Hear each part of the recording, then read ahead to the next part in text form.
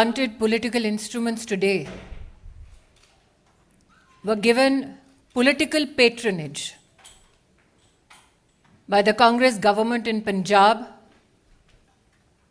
to breach the security of the Prime Minister of India.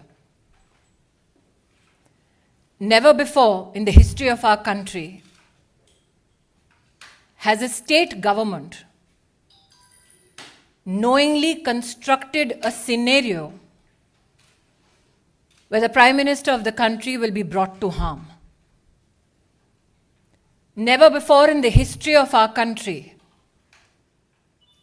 were police functionaries in a state directed, convenienced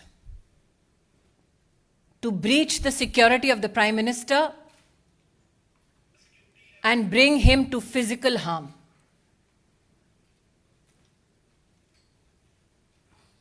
As a member of the Bharatiya Janata Party, I am sure the nation shares our outrage at this incident. We know that the Congress party hates Modi, but today they tried to harm the Prime Minister of India. Such is the breakdown of law and order in the state of Punjab that the DGP police claims he is incapable of providing security support to the Prime Minister's office, to the Prime Minister's security detail. Such is the state of administration in Punjab that a security detail, a security run, that is a protocol administratively to be followed for the head of state, was today dismantled so that Narendra Modi could be brought to harm. The questions we as BJP Karyakarta and the nation needs to ask the Congress government in Punjab: why did the DGP police give an all clear to the Prime Minister's security detail for the route that the Prime Minister was to undertake? Who in the Punjab government gave information about the Prime Minister's route to individuals who planted themselves atop the flyover? Video evidence now publicly available brings such questions to the fore. When the Prime Minister's security detail contacted Punjab Police with regards to the circumstance of the Prime Minister's cavalcade atop the flyover, where there was a 20-minute exposure and a breach of security of the Honorable Prime Minister, why did those who lead security arrangements on behalf of the state government not respond to any call or efforts to communicate to secure the Prime Minister? As Sudhanshu ji has said, these are not mere charges. This is the reality of Punjab under a Congress government. What enrages people like us even more is this: that when the Prime Minister of India had his security breached, Congress leaders erupted with joy, asking him how his Josh was. Prime Minister, magnanimous as ever, it is reported in the media, on his way back, it seems, communicated कि जिंदा लौट रहा हूं.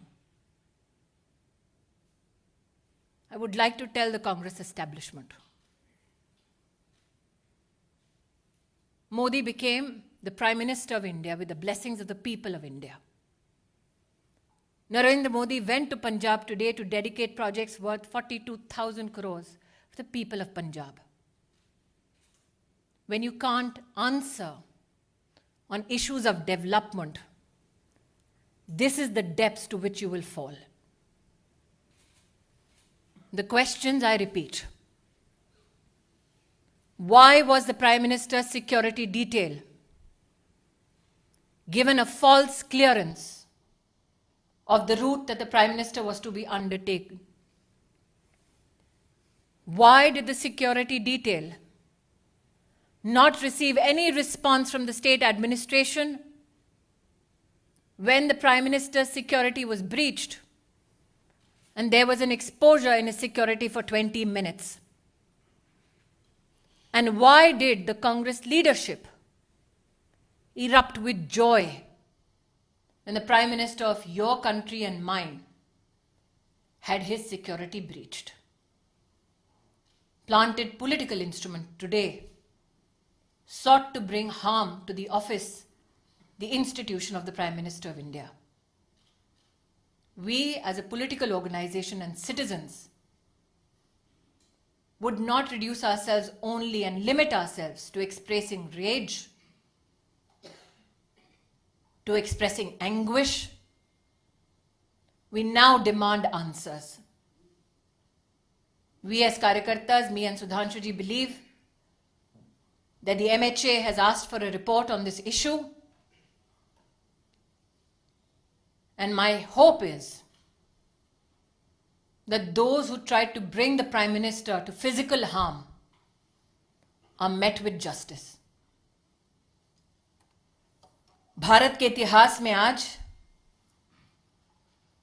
पंजाब की पुण्य धरती पर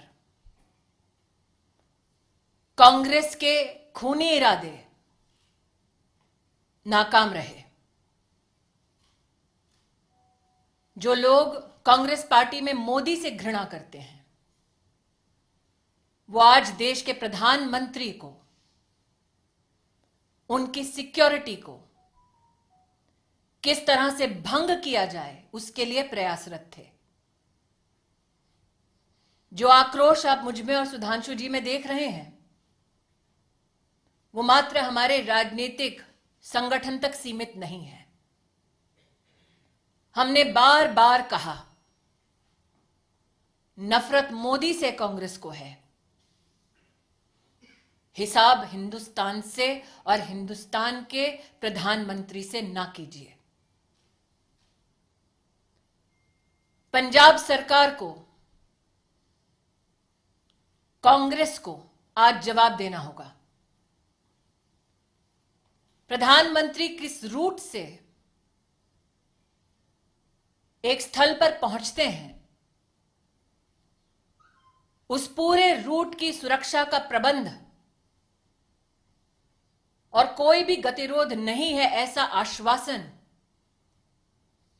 Punjab police ने प्रधानमंत्री जी के सुरक्षा दस्ते को दिया.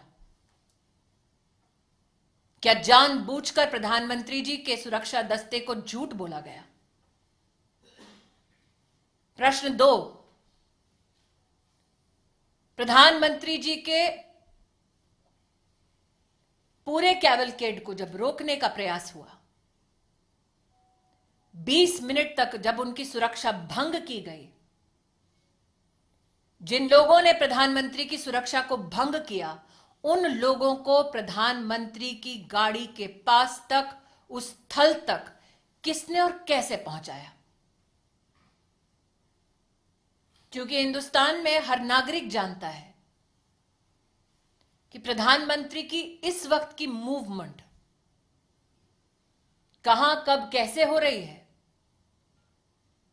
यह साधारणतः जानकारी उपलब्ध नहीं होती. उस क्षण किसने उन लोगों को फ्लाईओवर पर भेजा, ठहराया, व्यवस्था की, इसका जवाब पंजाब की कांग्रेस सरकार को देना होगा। इस घटनाक्रम के दौरान कांग्रेस के युवा नेतृत्व ने जोश का, उत्सव का इजहार किया। किस बात का उत्सव है उनका? किस बात का जोश है कि देश के प्रधानमंत्री को मौत की कगार पर ले गए थे। मुझे आक्रोश इस बात का है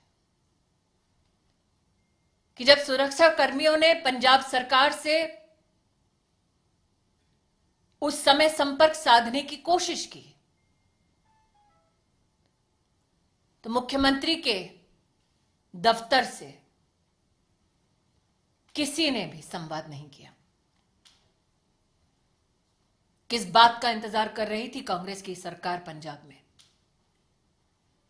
शायद इसीलिए मीडिया में जो रिपोर्ट्स हैं कि लौटते वक्त प्रधानमंत्री जी ने, शायद मीडिया में कुछ लोगों ने इसको रिपोर्ट किया है,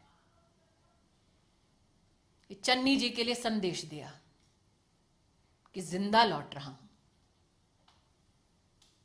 मैं आज कांग्रेस पार्टी से कहना चाहती हूं, नरेंद्र मोदी देश के प्रधानमंत्री बने देश के नागरिकों के वोट और आशीर्वाद से। उन्हें ध्वस्त करना है तो इलेक्शन में करते हैं। ये साजिश रचने की क्या जरूरत थी? इन सभी सवालों को मात्र मैं या सुधांशु जी नहीं पूछ रहे, राष्ट्र भर में ये सवाल उठ खड़े हुए हैं। लेकिन वो लोग जो इस षड्यंत्र का हिस्सा हैं, उनसे कह दो कि मेरा विश्वास है कि न्याय निश्चित रूप से होगा। बैर मोदी से है, लेकिन देश के प्रधानमंत्री का बाल बांका करने की ये साजिश, इस साजिश को देश समर्थन नहीं देगा।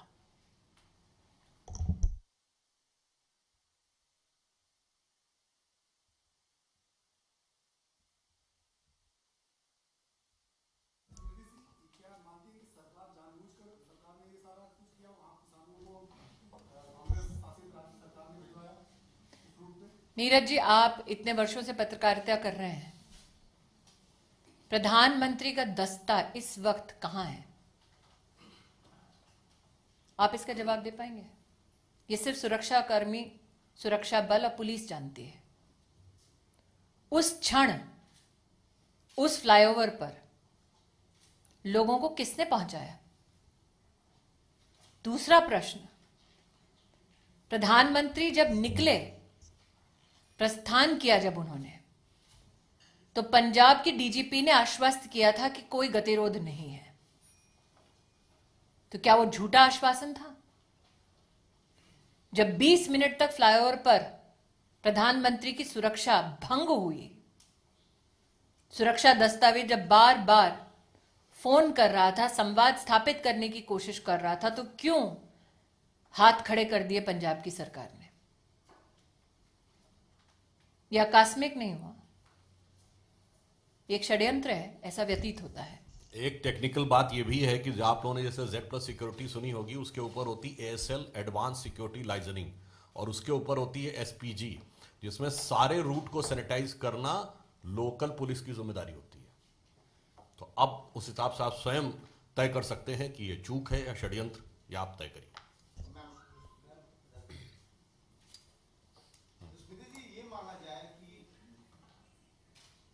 जो रैली है, प्रधानमंत्री उसको संबोधित नहीं कर पाएंगे सुरक्षा की खामियों के चलते, आने वाले दिनों में जो रैलियां होंगी।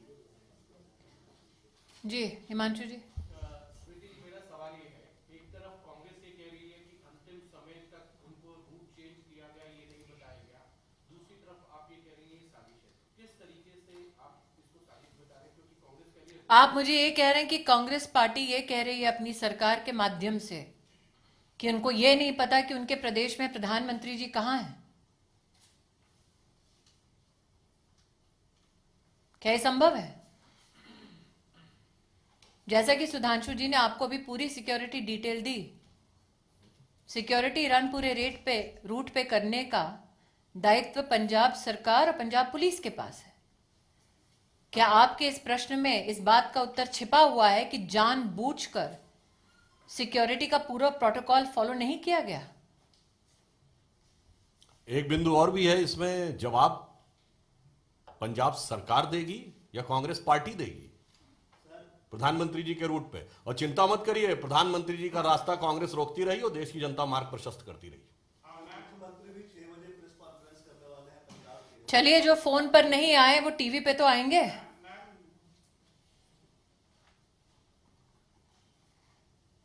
फोन पे आ जाते सुरक्षा कर्मियों के लिए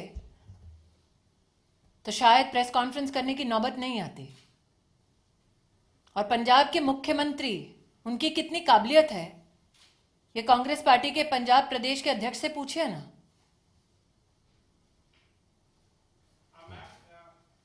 न्यूज़ 18 के साथ एक्सक्लूसिव बातचीत में चन्नी में जो मुख्यमंत्री उनका कहना है, उन्हें मालूम नहीं था कि वो सड़क मार्ग से जाएंगे। किसको मालूम नहीं था? उनको मालूम नहीं था। गृह मंत्रालय की जिम्मेदारी और मुख्यमंत्री कौन है पंजाब का? उनको मालूम नहीं था कि पंजाब पुलिस ने किस प्रकार का आश्वासन दिया है, क्या सिक्योरिटी प्रोटोकॉल है? उनको मालूम नहीं था कि उनको और उनके ऑफिस को संपर्क करने का प्रयास कर रही थी सिक्योरिटी डिटेल? उनको मालूम नहीं था। लेकिन उन लोगों को मालूम था जिनको प्लांट किया गया फ्लाईओवर के ऊपर। मुख्यमंत्री को मालूम नहीं। जी, फिरोजपुर के एसएसपी को सस्पेंड किया गया है, तो क्या इतना काफी है और ये अकाउंटेबिलिटी सिर्फ उन्हीं की है? pawns have been sacrificed. प्यादे को त्यागा है, बिसात जिसने बिछाई जवाब उसको देना है। प्रधानमंत्री जी की सुरक्षा का निर्णय राज्य स्तर के एजेंसीज लेती हैं कि जिले स्तर पे? और जो आपने कहा कि वो कह रहे हैं कि उनको मालूम नहीं था, इससे स्पष्ट है कि पंजाब के मुख्यमंत्री का पार्टी संगठन से तो समन्वय था नहीं और प्रशासन से भी समन्वय नहीं है। तो ये जो स्मृति जी ने कहा, सरकार किस गति या दुर्गति के साथ चल रही है पंजाब में, यह स्पष्ट हो जाता है।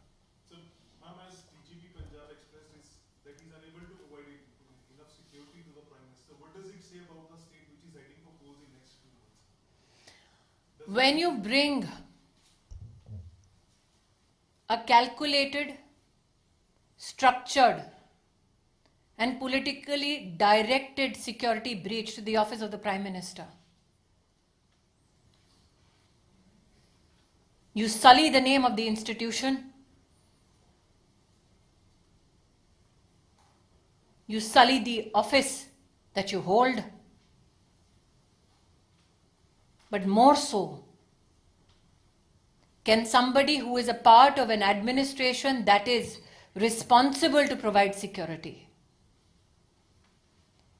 deliberately partake in dereliction of duty so that the Prime Minister is brought to physical harm?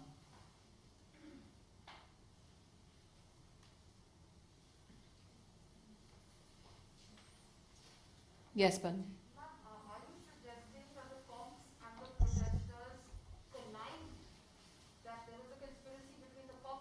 I'm asking you again what I asked of Neeraj. You are a journalist of repute. Can you currently tell me where can a political leader who has the highest security in this country be physically right now be available? That is an information only available to security agencies and police that is supposed to give ground cover. It seems now from the questions that have been posed in this conference that the CM of Punjab did not know where the Prime Minister was. But 5, 6, 7 men were a few feet away from the Prime Minister, which the DGP claimed was an area clear. How did they know? Who got them there? That is a question that is now being posed. My questions have been more than clear. My questions have been more than clear. You tell me, madam, when the Chief Minister of a state is called and told that the Prime Minister of India is in harm's way, which Chief Minister does not respond?